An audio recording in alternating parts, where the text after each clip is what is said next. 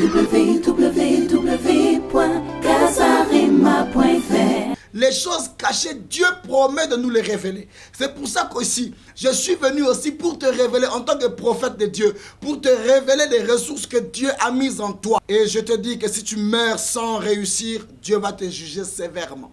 Arrêtez de penser que vous n'êtes rien parce que Dieu n'a pas eu le temps de créer un moins que rien. Dieu a créé l'homme et Dieu n'a pas créé l'homme sans valeur. Dieu a créé l'homme en général, mais c'est l'homme lui-même qui ne découvre pas sa valeur. Je pense que c'est possible dans votre vie que vous devenez un homme d'impact. Mais la première des choses qu'il faut faire, il faut commencer par le commencement. Pour voir plus de vidéos chrétiennes en exclusivité, tapez www.casarema.fr. Ok, gloire à Dieu. Merci à l'équipe technique. Et merci à tous ceux qui continuent de nous suivre.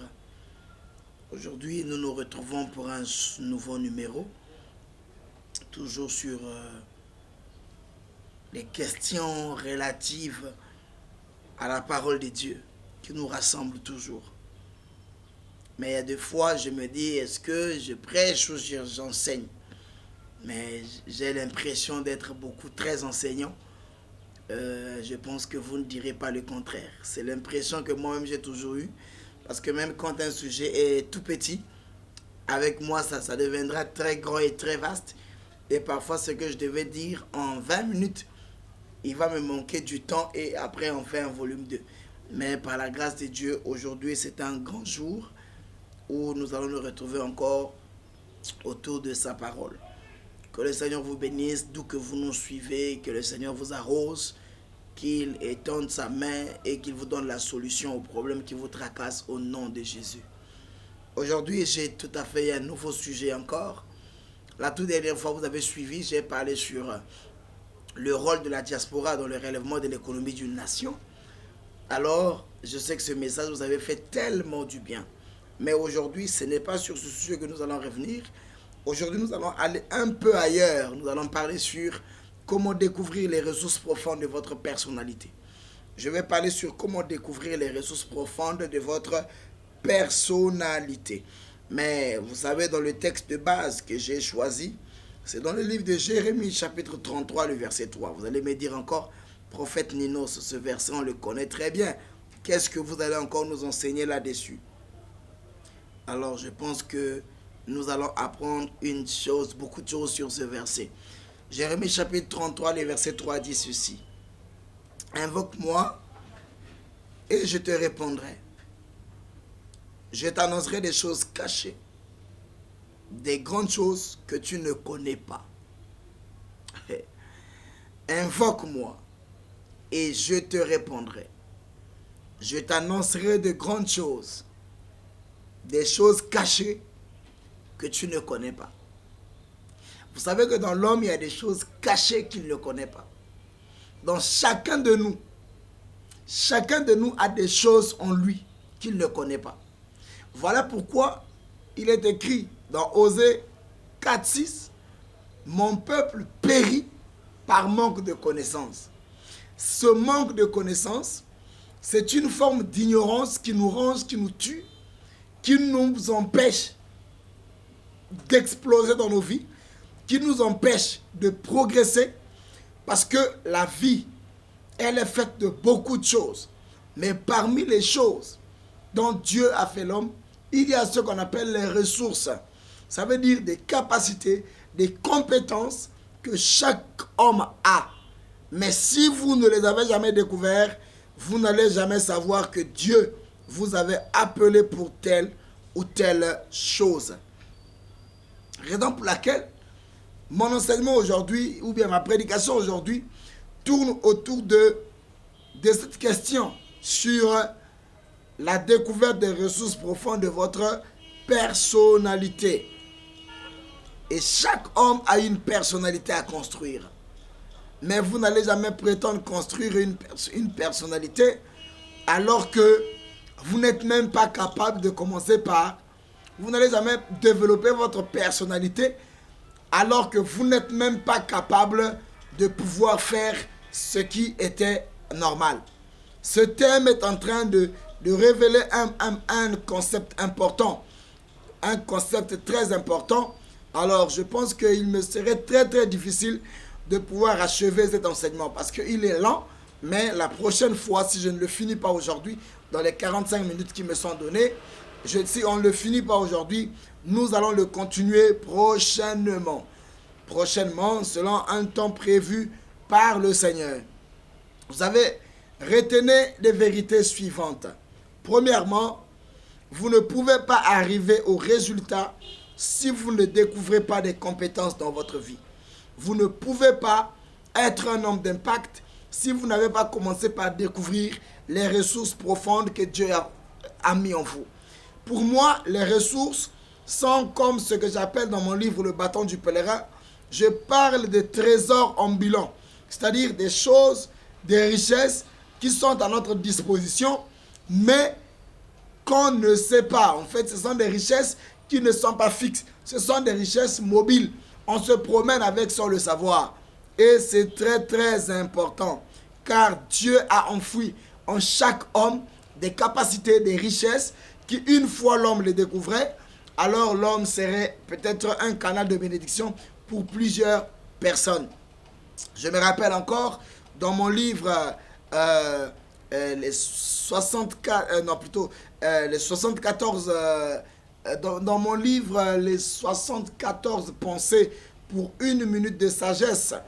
Je suis en train de dire une chose dans ce livre, que Dieu ne réunit jamais les conditions pour la réussite d'un homme, mais Dieu réunit les capacités au-dedans de l'homme qui, une fois les capacités exploitées, les capacités vont amener les conditions et une fois que les conditions arrivent, vous pouvez devenir un homme d'impact. Je pense que c'est possible dans votre vie que vous deveniez un homme d'impact, mais la première des choses qu'il faut faire, il faut commencer par le commencement. Donc, il faut commencer par découvrir les ressources profondes de votre personnalité. Car il est quasiment impossible de parler de la grandeur sans parler de ce dont vous êtes porteur. Vous ne pouvez pas être grand si vous ne savez pas ce qui est en vous ou ce dont vous êtes porteur. La force de frappe d'une personne va de pair avec la découverte des compétences qu'il y a en lui. Vous savez, il y a beaucoup de Gédéons dans les familles, mais qui s'ignorent. Il y a beaucoup de Gédéons, ça veut dire des libérateurs des peuples, mais par ignorance, qui sont là en train de fuir Madian. Il y a beaucoup de libérateurs des peuples, mais qui sont là comme Moïse, en train de donner des raisons à Dieu sur la montagne de Sinaï. Dieu connaît chaque homme. C'est pour ça que Dieu, avant de faire une chose avec quelqu'un, il commence par lui poser la question, qu'est-ce que tu as? Et il a commencé par le dire avec Moïse sur le mont Sinaï. Il a dit à Moïse, ôte tes souliers. Moïse a enlevé les souliers et il pose la question à Moïse, qu'est-ce que tu as? Moïse lui dit, j'ai un bâton. Une fois que Dieu s'est rendu compte que Moïse pouvait reconnaître qu'il avait un bâton, Dieu dit, je peux t'utiliser. Une fois que il a regardé Gédéon, il lui dit, vaillant héros. Il dit, non, comment je suis vaillant héros? Le Seigneur, il dit, le Seigneur est avec toi. Il dit, ah, mais si mon Seigneur est avec moi, pourquoi tant de souffrance? Pourquoi je n'ai pas telle ou telle chose? Si Dieu est avec moi, il lui dit, va avec la force que tu as. Gédéon avait une force. Et Jésus, avant de libérer les apôtres, il leur dit dans Luc 10, 19, voici, je vous ai donné le pouvoir et l'autorité de marcher sur les serpents et sur les scorpions, mais rien ne pourra vous nuire. Donc, Dieu ne fait qu'une chose avec des gens qui se sont découverts. Regardez la femme dont le prophète, qui était son mari, avait laissé des dettes. Qu'est-ce que la Bible dit? Que cette femme est partie voir le prophète Élisée. Et le prophète Élisée, pour faire le miracle, n'a pas dit, femme, agenouille-toi, je vais t'imposer les pieds ou les mains. Mais l'homme de Dieu a dit à la femme simplement, qu'est-ce que tu as dans ta maison? La femme a dit, j'ai un flacon. Une fois que la femme elle-même reconnaissait ce qu'elle a fait, le miracle pouvait devenir possible. Il y a beaucoup de gens qui pensent qu'ils vont servir Dieu. Ils hésitent, mais simplement ils hésitent. Pas parce qu'ils sont incompétents, mais parce qu'ils n'ont pas encore découvert leurs compétences. On ne peut pas arriver au résultat si on n'arrive pas à découvrir ce que nous avons. L'Afrique aujourd'hui n'a pas besoin d'argent. L'Afrique aujourd'hui n'a pas besoin de minéraux. L'Afrique aujourd'hui n'a pas besoin de coltan ou de colbate ou de l'or ou de l'argent ou du pétrole ou du bois parce que nous en avons. Mais ce dont l'Afrique a besoin, c'est simplement des gens avec une intelligence renouvelée, des gens qui sont capables de faire des transformations remarquables, des gens qui sont capables, on lui donne le fer, il sait à quoi sert le fer, des gens à qui on peut donner une matière précieuse, il sait à quoi peut servir cette matière. Car lorsque nous aurons fini d'exploiter toutes les richesses de nos pays, nous aurons enfin besoin de faire recours aux ressources naturelles comme dernière richesse. Frères et sœurs, pour arriver à comment nous devons arriver à construire ou bien à découvrir les ressources profondes de notre personnalité. Chacun de nous a un honneur, a un sens d'honneur qu'il préserve. Chacun de nous a un sens d'honneur qu'il veille sur cet honneur. Mais c'est pourquoi l'homme sans l'honneur, c'est parce qu'il a une personnalité. Et la personnalité, on est avec. Vous allez voir un enfant à un certain âge, il peut se laver nu devant les parents. Mais lorsque l'âge où l'homme se rend compte qu'on a une personnalité, la personne va commencer à se gêner de se mettre nu devant les parents. Pourquoi? Parce que nous avons à chacun une personnalité. Mais cette personnalité, d'autres l'ignorent, d'autres personnes la développent. Voilà pourquoi vous allez voir, il y a des gens qui ont le charisme. Ils ont ce qu'on appelle la présence. Quand il est quelque part, on sent qu'il y a un homme ou il y a une femme. Ils sont imposants, soit par leur beauté, soit par leur aspect physique, soit par leur façon de parler. Ils ont une chose toujours qui les rend différents. Maintenant, je vais rentrer dans la première procédure dans la découverte de nos ressources profondes. La première des choses, nous devons commencer par construire des chrétiens nouveaux, sinon des hommes nouveaux. Je dis construire parce que l'homme naît, mais ignorant. L'homme, il faut le construire. Ça veut dire d'ignorant qu'il était. Il faut mettre en lui des connaissances qui vont révéler le grand qui dort en lui. Il y a un jour, un monsieur m'a vu. Il m'a dit, Ézéchias, tu ne peux pas avoir la chance ou l'occasion de rencontrer les grands pour demeurer petit. Et un autre jour, il m'a dit, tu ne peux pas. Un autre jour, il m'a dit, réveille le grand qui dort en toi. J'étais un homme champion, je savais raser les murs. Même lorsqu'on pouvait me dire, assois-toi ici, je trouvais que la place là était tellement meilleure que je ne la méritais pas. Il y avait un homme grand qui dormait en moi, qui pouvait faire de moi un homme d'honneur. Partout où je pouvais marcher, mais j'ignorais cet homme. Il fallait qu'un jour, le pasteur Dimitri Bungukolo me dise, Ézéchias, réveille le grand qui dort en toi. Et en plus, maman Carmel Otto m'a dit une fois, tu ne peux pas avoir la chance de rencontrer les grands pour demeurer petit. Mais au fur et à mesure, cette parole a commencé à résonner en moi. Ces mots m'ont servi de me construire en un homme nouveau. Il y a des gens, depuis leur enfance, on ne faisait que les critiquer, on ne faisait que leur dire que tu n'es bon à rien. Alors ces informations-là ont permis à ceux qui ne soient pas capables de construire l'homme intérieur qui sont en eux. La première des choses, il faut que ce concept découverte des ressources profondes de votre personnalité soit bien compris et bien appliqué. Car lorsque vous allez comprendre, vous allez savoir qu'il y a un effort personnel que vous devez fournir. Et en plus, vous devez savoir qu'on ne peut pas vous demander de vous construire en un homme nouveau si vous n'avez pas des outils. On ne peut pas demander à un maçon de construire une maison s'il n'a pas des outils à sa disposition. Et je ne peux pas effectivement vous dire aujourd'hui que vous pouvez vous construire en un homme nouveau si je ne vous donnais pas les outils. Raison pour laquelle aujourd'hui, je vous prête ce message parce que dans ce message, j'ai des outils indispensables à vous aider à découvrir les ressources que Dieu qui sont en vous. Dernièrement, dans une conférence, j'ai sorti une phrase que j'ai fini par écrire quelque part dans mon agenda. Je disais dans cette conférence, je disais, apprenez à utiliser les richesses qui sont disponibles. Parce que souvent, beaucoup de personnes pensent que pour réussir, il faut aller chercher ce que vous n'avez pas. Non.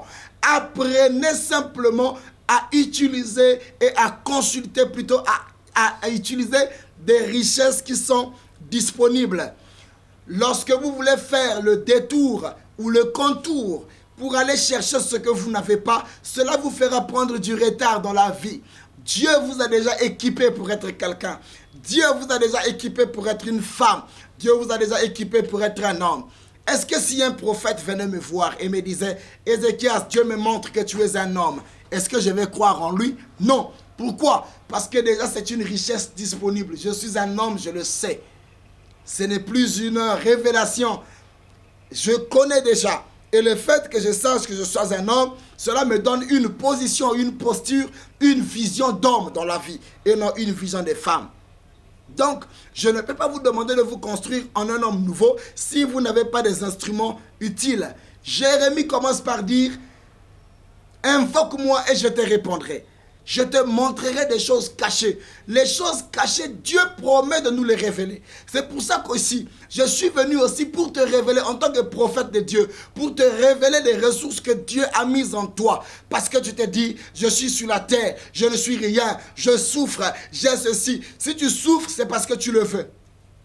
Et je te dis que si tu meurs sans réussir, Dieu va te juger sévèrement.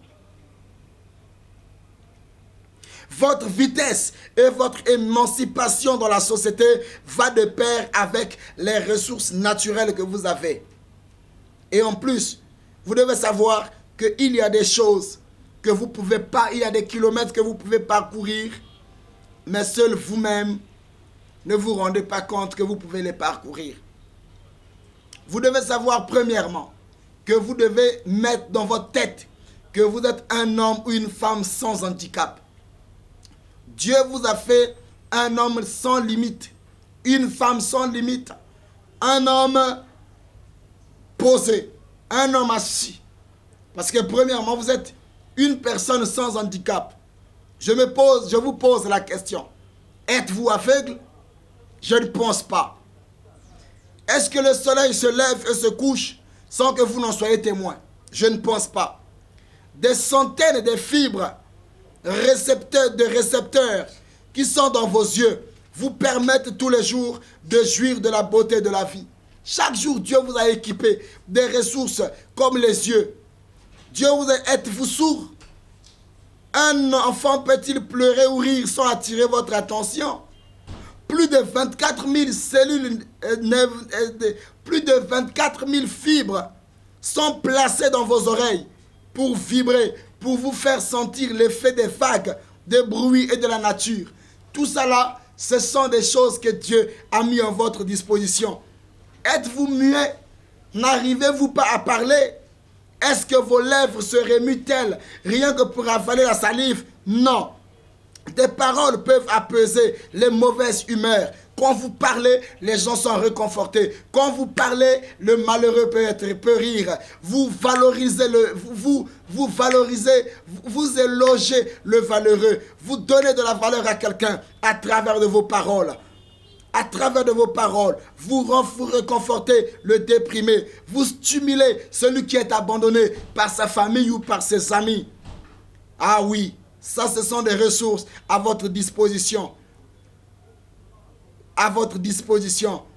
Vous réchauffez le solitaire, je voulais dire. Vous louangez le valeureux, vous encouragez le faible, vous enseignez l'ignorant avec votre bouche, avec votre voix. Donc ce sont des richesses déjà que Dieu a mises à votre disposition. Avec votre bouche et votre cœur, vous pouvez dire à quelqu'un « je t'aime ». Pourquoi? Parce que ce sont des valeurs que Dieu a mises en vous. Vous êtes une personne sans handicap. Vous devez vous connaître aujourd'hui et vous prendre à votre juste valeur. Arrêtez de penser que vous n'êtes rien parce que Dieu n'a pas eu le temps de créer un moins que rien. Dieu a créé l'homme et Dieu n'a pas créé l'homme sans valeur. Dieu a créé l'homme en général, mais c'est l'homme lui-même qui ne découvre pas sa valeur. Et il se met à passer sa vie avec l'intelligence, avec des ressources profondes de personnalité. Malheureusement qu'à la fin, il meurt comme un raté. Je suis désolé ce soir ou cet après-midi de prêcher l'évangile comme ça, mais il est parfois important de scandaliser une personne qui est riche mais qui se dit pauvre. La Bible dit, je suis riche, que le pauvre dise quoi? Je suis riche et que le faible dise quoi? Je suis fort. Ça veut dire la parole de Dieu connaît la valeur que vous avez. Voilà pourquoi la parole de Dieu ne vous donne pas l'occasion de penser que vous n'êtes rien. C'est possible. Êtes-vous paralysé? Ne pouvez-vous pas bouger? Non. Tu n'es pas un arbre condamné contre la terre alors que le vent profite de toi. Tu peux courir, tu peux danser, tu peux travailler, tu peux faire des mouvements. En toi, il y a plus de 500 muscles, 208 os. 208 os qui sont en toi. Beaucoup de millions de kilomètres de cellules nerveuses bien synchronisées pour qu'elles exécutent tes ordres. Est-ce que personne ne t'aime? Ou est-ce que tu n'aimes personne? Ton cœur est-il malade? Non, ton cœur est fort. Mets ta main sur ta poitrine pendant que tu m'écoutes. Essaie de mettre ta main sur ta poitrine et tu vas sentir ton cœur battre. Ton cœur bat. Et sens le rythme que ton cœur bat. Heure après heure, jour après jour. 36 millions de battements par année, endormi ou éveillé. Ton cœur bat plus de 36 millions de fois. Et fais 36 millions de fois par année et multiplie 36 millions de fois à l'âge que tu as. Tu comprendras que tu es une machine comme aucun scientifique ne pouvait le faire. Tu n'es pas une machine. Oui, année après année, endormi ou éveillé, lorsque ton cœur est en train de battre, ton cœur fait pomper ou bien pompe, fait circuler dans ton sang dans plus de 2 073 000 litres de sang chaque année. Je reprends, plus de 2 073 000 litres de sang sont pompés dans ton corps, qui circulent dans ton corps pendant une année. Parce que ton cœur, quand il bat, c'est le mouvement que Dieu a permis. Et déjà, le fait que ton cœur batte, c'est une ressource que Dieu t'a donnée. Parce que beaucoup, leur cœur ne batte plus. Ça veut dire qu'ils sont morts. Mais toi, avec la vie, tu peux faire autant de choses que tu peux avec seulement la vie. Avec seulement la vie. Es-tu malade de peau? Les gens sentent-ils l'odeur quand tu t'approches quelque part au milieu d'eux? Non. Tes poumons sont-ils malades? L'air souffre-t-il entre toi? Même dans les environnements les plus pourris que tu as créés toi-même, tu continues à vivre parce que tu es simplement une véritable machine, une véritable ressource créée par Dieu pour révolutionner ce monde, pour impacter ce monde. Tu as tout ce qu'il faut. Mais dans la découverte des ressources profondes de ta personnalité, je vais te proposer une petite démarche que tu dois suivre. Voilà comment tu peux faire. La première des choses, apprends à faire travailler et à développer ton convertisseur. Ça veut dire la capacité de transformer les idées en métier, de transformer les idées en commerce, de transformer les idées en produits. Découvre-toi et connais-toi. Dans la course de la vie, il n'y a pas une étude plus complexe comme celle que Socrate était en train de dire, connais-toi toi-même. Parce que nous sommes champions de connaître les autres. Mais ce qui est bizarre, nous ne nous connaissons pas nous-mêmes. La troisième des choses que tu dois faire, toi-même, tu dois savoir que tu es une leçon. Tu dois apprendre à t'étudier. Chaque jour, tu dois apprendre à t'étudier. À étudier quelles sont tes limites, quels sont tes points forts. Tu dois apprendre à t'étudier. Ne fais pas des autres des leçons. Mais toi-même, tu es d'abord la première leçon que tu dois étudier et que tu dois maîtriser. La quatrième des choses, découvre combien tu vaux. Si tu étais un produit, à combien aimerais-tu être vendu? Et si tu étais un produit, à quel endroit aimerais-tu qu'on te place dans la boutique? À quel endroit? Si tu es une boutique, si tu es un produit, à quel endroit veux-tu qu'on te place? Apprends à te valoir. Combien tu vaux? S'il fallait qu'on te paye, on te payerait combien? Et s'il fallait qu'on te vende, on te vendrait à combien? Le jour où tu répondras à ces questions que je te pose, tu comprendras quelle est la valeur que tu as. La façon que les gens te traitent n'était pas peut-être la façon que Dieu avait destiné que tu sois traité sur la terre. Mais par ignorance, puisque tu n'as pas voulu t'étudier toi-même et à découvrir tes compétences, voilà pour laquelle tu passes tout ton temps à pleurer et à murmurer. Sixième des choses que tu dois faire, repère le domaine dans lequel tu peux être meilleur. Frères et sœurs, il n'y a personne sur cette terre qui est spécialiste dans tous les domaines de la vie. Car chacun de nous est idiot dans un domaine quelque part. Regardez, le pilote est archi intelligent. Quand nous voyons un avion voler dans l'espace, on se dit que le pilote est très intelligent. Mais donnez à ce pilote-là un tabouret qu'il le fabrique ou bien qu'il fabrique une chikwang, vous allez vous rendre compte que même le pilote qui est archi intelligent est nul dans un domaine. Chacun de nous est nul dans un domaine, mais chacun de nous est fort aussi dans un domaine. Qu'est-ce que les gens font? Les gens ne découvrent pas les domaines dans lesquels ils peuvent être meilleurs. Mike Tyson n'est pas devenu champion parce qu'il a voulu faire des grandes études pour devenir quelqu'un. Mais il a seulement découvert un point fort. C'était son bras gauche. Il savait qu'avec son bras gauche, c'était une ressource. Et il a su utiliser son bras et il a gagné autant d'argent dans sa vie rien qu'avec son bras. Samuel Eto'o est devenu aussi riche. Ou bien Lionel Messi. Toutes ces personnalités, ces vedettes du sport sont devenues aussi riches. Pas parce qu'ils ont fait de grandes études, mais parce qu'ils ont découvert une ressource disponible, une richesse disponible à leur portée. C'est leur pied. Ils ont su que leur pied est une ressource. Ils se sont canalisés sur cela et ils se sont mis à travailler, à développer les compétences de leur pied jusqu'à devenir des meilleurs. Les musiciens, que diront-nous des musiciens?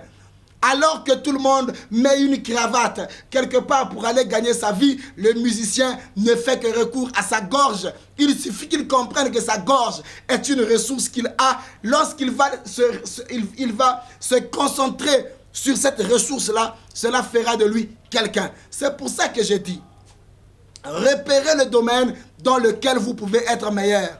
Arrêtez d'être un spécialiste. Arrêtez d'être un spécialiste. Soyez plutôt, s'il vous plaît, excusez-moi. Arrêtez d'être un généraliste. Soyez des spécialistes. Les spécialistes sont les hommes les plus attendus. Les spécialistes sont les hommes les plus recherchés.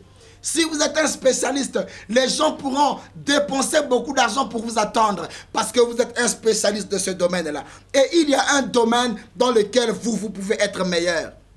Septième des choses, devenez esclave de vos dons. Que faites-vous avec ce que Dieu vous a donné?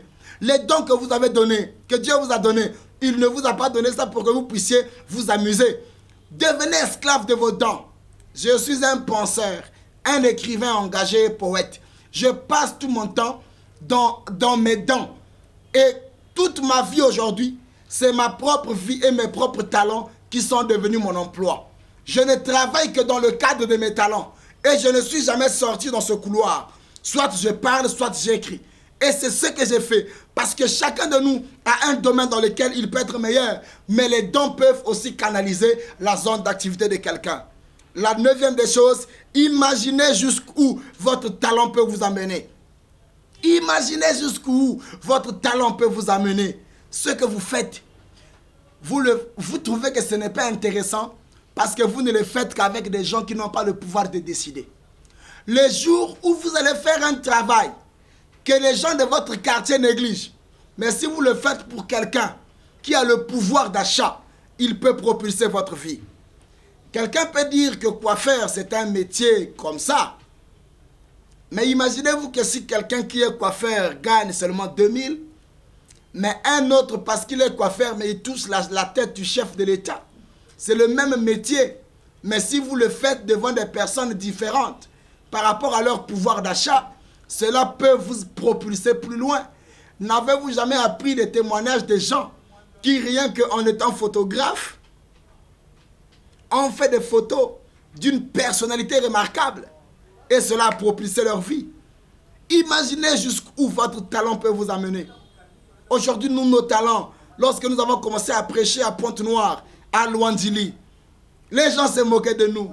Ah, mais toi là, ah là, mais toi là. Aujourd'hui, le même talent que les gens critiquaient, J'ai imaginé où est-ce que ma voix pouvait m'amener. Et aujourd'hui, ma voix m'a fait traverser des frontières. Ma voix, comme j'avais compris que c'est l'instrument que Dieu m'a donné pour travailler et gagner la vie, aujourd'hui, ma voix traverse des frontières. Vous êtes en train de me suivre dans le pays où vous me suivez parce que j'avais compris que ma voix était un instrument et un grand talent. Et la dernière des choses que vous devez faire dans la découverte des ressources de votre personnalité, vous devez libérer et maximiser votre potentiel. Libérer et maximiser votre potentiel. Changez l'image et la perception des choses que votre société vous impose. Devenez porteur de solutions aux problèmes des autres. Définissez les priorités de votre vie. Revêtez les habitudes des gagnants. N'acceptez pas que les problèmes que vous rencontrez vous écrasent. Soyez toujours à la quête des opportunités qui vont exposer au grand jour votre talent. Apprenez à quitter le conformisme pour chercher une stature de personne travailleur. Il n'y a pas de magie dans la vie si vous connaissez ces choses. Révolutionnez-vous contre vous-même. Que votre entourage commence à savoir que vous êtes appelés à faire de grandes choses. Frères et sœurs, s'il y a une chose qui est difficile à faire dans la vie, c'est la découverte. D'ailleurs, tous ceux qui aujourd'hui travaillent par exemple dans les minerais ou dans le pétrole, vous n'allez pas penser que c'est n'importe qui se lève pour dire « j'ai découvert le pétrole ». Il faut avoir le discernement, le matériel capable de vous faire détecter une telle chose ou bien une richesse. Le monde se développe grâce aux découvertes. De même que l'histoire est l'ensemble des récits des événements passés, je pense que l'histoire est l'ensemble des talents découverts, l'ensemble de la maximisation des potentiels des gens qui a fait l'avancée du monde. En Europe, comme partout ailleurs dans le monde, les continents sont avancés en sciences de découverte, où les gens sont dans les sciences de découverte, les gens vont même jusqu'à chercher les traces de leurs origines. Pourquoi ne pas le faire pour découvrir votre personnalité? Frères et sœurs, beaucoup de gens ont gagné leur vie seulement à partir du moment où ils ont découvert ce qu'ils étaient en train de faire. Ce qu'ils étaient en train de faire. L'homme ne voit que ce qui est dans son champ visuel. Mais la Bible dit, invoque-moi et je te montrerai ce que tu ne connais pas. Vous ne connaissez pas les ressources profondes de votre personnalité, alors le moment est là que vous devenez quelqu'un de très important et de très sensible. L'autre chose que vous devez savoir faire, c'est que vous devez apprendre à développer la volonté. La volonté. En l'homme, il existe une capacité de se faire valoir. Vous devez connaître votre volonté, les ressources qui sont en vous. Parmi les ressources qui sont en vous, il y a la volonté. La volonté est une ressource capable de vous amener à la réussite. Vous pouvez réussir, mais il faut avoir la volonté. Même la Bible dit que c'est Dieu qui donne en nous, qui met en nous le vouloir et le faire. Si vous avez la capacité de vouloir et le faire, vous pouvez accomplir beaucoup de choses dans votre vie. On distingue parmi les volontés qui existent sur la terre, il y a la volonté de vivre, la volonté de jouir, la volonté de puissance, la volonté d'accroître sa valeur personnelle et d'autres aspects de volonté. D'autres aspects de volonté sont comme la conception, la délibération, la décision, le pouvoir de décider. Il faut avoir ce pouvoir, la volonté de décider sur chaque chose. Si vous n'avez pas cette volonté-là, vous n'allez jamais réussir. La partie B, c'est l'imagination. Dans votre personnalité, il y a l'imagination. L'imagination est l'un des attributs fondamentaux de l'être humain, car grâce à elle, vous améliorez les conditions de votre vie. L'imagination est une source vive de l'intelligence, laquelle n'est construite que ou n'est créatrice que s'il y a un grand nombre d'images en vous. Vous devez apprendre à beaucoup lire, à vous informer. L'imagination est une anticipation des idées, des réactions, des conséquences et de la décision.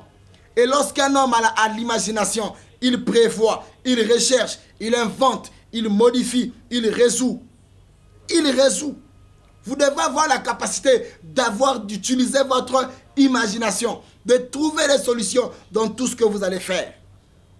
Frères et sœurs, je pense que dans le message d'aujourd'hui, je vais aborder 12 points importants que vous devez utiliser pour développer les ressources profondes de votre personnalité. Et là, je vais clôturer mon message. Les 12 mécanismes pour développer votre personnalité. 1.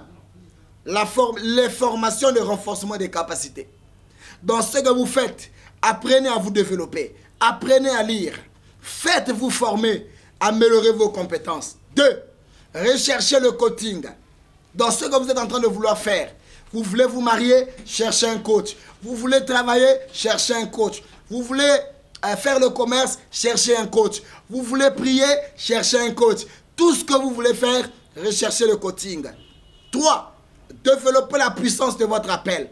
Dans votre appel, il y a une puissance. Comprenez et découvrez la puissance de votre appel. 4. Le prix du changement. Payez le prix pour tous les changements que vous cherchez. Vous voulez devenir quelqu'un, payez le prix. Travaillez. Ne dormez pas trop. Soyez un homme qui travaille, qui n'aime pas trop le lit. Payez le prix. Un jour, vous serez assis et vous allez vous réjouir pour dire « Ah, j'ai souffert pour travailler, mais aujourd'hui, je peux me réjouir. » 5. La puissance des idées. Vous devez connaître la puissance des idées. Les idées ont un pouvoir. Les idées changent le monde. Les idées peuvent changer votre vie. 6. La puissance de l'habileté. L'habileté, c'est l'indulgence. C'est l'indulgence. La Bible dit quoi? Connais-tu un homme habile dans son travail? Sa place, c'est avec les grands. Les gens qui sont travailleurs, qui prennent le temps pour jouer leur guitare, un jour après avoir joué la guitare, il sera l'ami des grands. Un jour après avoir bien prêché, il sera l'ami des grands. Un jour après avoir bien écrit, il sera l'ami des grands. Connais-tu un homme qui se donne au travail? Je t'annonce, sa place demain, ce serait avec les rois. Parce qu'un homme habile dans son travail, sa place c'est avec les rois. Donc, développer la capacité et l'amour du travail. 7. La puissance de l'information. Informez-vous sur ce que vous voulez faire. Qu'est-ce que vous voulez faire? Un commerce? Informez-vous. Ce que vous voulez commencer là, combien de personnes l'ont fait avant vous? Est-ce que ça marche? Prenez des informations avant de faire chaque chose. 8e point, c'est la puissance du but. Les hommes de but sont ceux qui impactent et qui laissent des traces, dans les générations. Devenez un homme de but. Un homme de but, c'est quelqu'un, quand il a commencé à faire une chose, aussi longtemps que la chose n'est pas finie, elle peut quitter son bureau en retard parce qu'elle doit finir ce qu'elle a commencé à faire. Évitez le laxisme. L'habitude de commencer et de vous arrêter en chemin. Vous allez être un homme grand à travers du but. 9e des choses, c'est la puissance de la préparation. Vous savez que beaucoup de gens sont champions en improvisation. Aujourd'hui, nous prêchons dans les médias, mais nous nous sommes préparés pour prêcher au niveau des médias. Nous nous sommes préparés pour être prédicateurs. Nous nous sommes préparés pour enseigner. Nous nous sommes préparés pour la vie publique. Nous nous sommes préparés pour toutes les choses que nous sommes en train de vivre aujourd'hui. 10e des choses, c'est la puissance de l'engagement. Apprenez à connaître que l'engagement a un grand prix. Quand vous vous êtes engagé, montrez aux gens que vous êtes engagé. Payez le prix pour votre engagement. La 11e des choses, c'est la puissance de l'imagination. Et la 12e des choses, c'est l'esprit de créativité. C'est par ces mots que je vais finir mon enseignement aujourd'hui. En conclusion, les hommes ont en eux des potentiels, des capacités, des valeurs, des qualités, des forces, des énergies, des puissances qu'ils dégagent pour faire ce que Dieu a laissé à l'homme le pouvoir de faire. De la naissance à la mort, l'homme réalise des choses sur la terre parce qu'il a découvert ses capacités. Vous aussi, vous pouvez faire des choses plus que ce que vous ne le faites aujourd'hui. Croyez en vous-même parce que le plus grand péché de la vie, selon moi, c'est le fait de ne pas croire en vous. Croyez en vous et croyez en ce que vous faites. Priez Dieu qu'il vous révèle les compétences qui sont en vous. Lisez beaucoup la parole de Dieu. Vous allez vous prendre à votre juste valeur. Apprenez à écouter de belles prédications et de bons enseignements qui vont vous construire. Cela fera que le grand qui dort en vous se réveille. Avec vous tous qui avez écouté cet enseignement, je pense que vous avez compris. Et que ma prière, c'est que Dieu vous amène dans les hauteurs. Que vous atteignez les objectifs pour lesquels vous avez été créés. Dieu vous a fait pour un but. Découvrez vos capacités et rentrez dans votre mission. Accomplissez votre mission. Celui-là pour laquelle vous avez été appelé par Dieu. Que le Seigneur vous assiste. Qu'il vous bénisse, vous et votre maison. Qu'il vous bénisse, vous et votre talent. À partir d'aujourd'hui, soyez révolutionnés. Pas seulement avec ce qui se passe devant vous, mais soyez d'abord révolutionnés avec vous-même. Ne vous contentez pas de vos conditions. Ne soyez pas un conformiste. Révolutionnez-vous. Prenez de l'envol comme un aigle et que le Seigneur vous bénisse. Rendez-vous au sommet. Que Dieu vous bénisse. À bientôt. www.casarema.fr